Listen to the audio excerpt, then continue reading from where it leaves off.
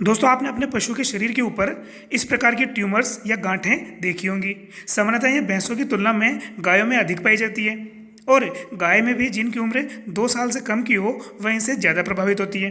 पशु के शरीर पर पाई जाने वाली इन ट्यूमर्स या गांठों को पेपिलोमास कहते हैं। तो आज की इस वीडियो में हम बात करेंगे कि आखिर पशु को ये समस्या क्यों आती है और कैसे पशु को इस समस्या से 100% तक छुटकारा दिलवाया जा सकता है। तो चलिए सबसे पहले जानते हैं कि आखिर पशु को यह बीमारी होती किससे है। दोस्तों, पशु में यह बीमारी बोवेन पेपिलोमा नामक एक वायरस की वजह से होती है।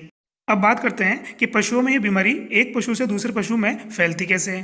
दोस्तों, यह बीमारी एक संक्रमित पशु से दूसरे स्वस्थ पशु में उसके शरीर पर उपस्थित घाव, खरोच या चोट के माध्यम से वायरस के उसके शरीर में प्रवेश कर जाने से फैलती है। इसके अलावा जिन पशुओं के शरीर पर अत्यधिक मात्रा में टिक्स या चिचड़े पाए जाते हैं उनमें यह संक्रमण फैलने का खतरा अधिक रहता है, क्योंकि ये पशु के शरीर पर बाह्य परजीवी के रूप में रहकर उसका खून चूसते हैं और खून चूसने के दौरान जो बारीक या महीन छिद्र पशु की चमड़ी में बनते हैं उनमें से वायरस पशु के शरीर में प्रवेश कर सकता है और पशु को संक्रमित कर सकता है। इसके अलावा टिक्स या चिचड़ों द्वारा खून चूसने के दौरान उनके लार या सलाइवा के द्वारा एक विशेष पदार्थ पशु के शरीर में प्रवेश कर जाता है, जो कि पशु की रोग प्रतिरोधक क्षमता को कम कर देता है, जिसकी वजह से भी पशु के यह संक्रमण फैलने का खतरा बढ़ जाता है। अब बात करते हैं कि यह बीमारी होने से पशु को क्या क्या समस्याएं हो सकती हैं। दोस्तों, वायरस जनित बीमारी होने से पशु की रोग प्रतिरोधक क्षमता कम हो जाती है और पशु के जीवाणु जनित बीमारियां होने का खतरा भी बढ़ जाता है। इसके अलावा पशु की स्किन कंडीशन खराब होने से उसकी मार्केट वैल्यू भी गिर जाती है, फिर चाहे पशु कितनी भी अच्छी नस्ल का क्यों ना हो। इसके अलावा पशु के थनों या उसके टीट्स पर इस प्रकार की गांठें या पेपिलोमास बनने से पशु की मिल्किंग करने या उसके दूध निकालने में भी बहुत समस्या हो सकती है और कई बार सेकेंडरी बैक्टीरियल इन्फेक्शन होकर के उसे मैस्टाइटिस या थनैला भी हो सकता है। अब बात करते हैं पेपिलोमाइटिस के ट्रीटमेंट की। इसमें सबसे पहला आता है ऑटोहीमोथेरेपी। ऑटोहीमोथेरेपी सबसे पुराना और सबसे सस्ता इलाज है।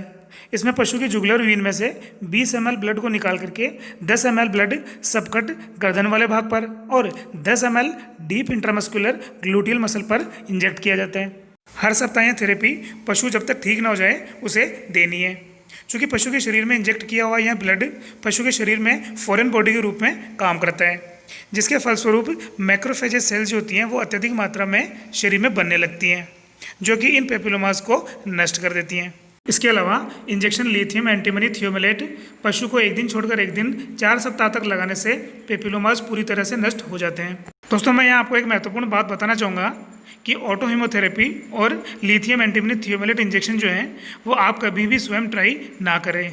इसे अपने नज़दीकी पशु चिकित्सक के मार्गदर्शन में ही लगवाएं, क्योंकि इन सभी विधियों में बहुत सावधानियाँ बरतनी होती हैं, जो कि केवल पशु चिकित्सक ही जानते हैं और समझते हैं। इसके अलावा होम्योपैथी में थूजा ऑइंटमेंट आता है। इसे आप 3 से 4 सप्ताह तक दिन में 2 से 3 बार अगर पशु के पेपिलोमास या ट्यूमर्स पर लगाते हैं तो भी पशु को काफ़ी हद तक आराम मिल जाता है। थूजा ऑइंटमेंट के साथ में पशु को अगर थूजा ड्रॉप्स भी 3 से 4 सप्ताह तक पिलाएं तो उसे जल्दी आराम मिल सकता है। तो दोस्तों, अगर मेरे द्वारा दी गई जानकारी आपको अच्छी लगी हो या आपको लगता है कि आपके लिए उपयोगी है तो इस चैनल को आप सब्सक्राइब जरूर करें और बेल आइकन को प्रेस कर लें, ताकि आगे आने वाले वीडियोज़ का नोटिफिकेशन आपको मिल सके। अगले वीडियो में हम फिर से मिलेंगे एक नए टॉपिक के साथ में। तब तक के लिए जय हिंद, जय भारत।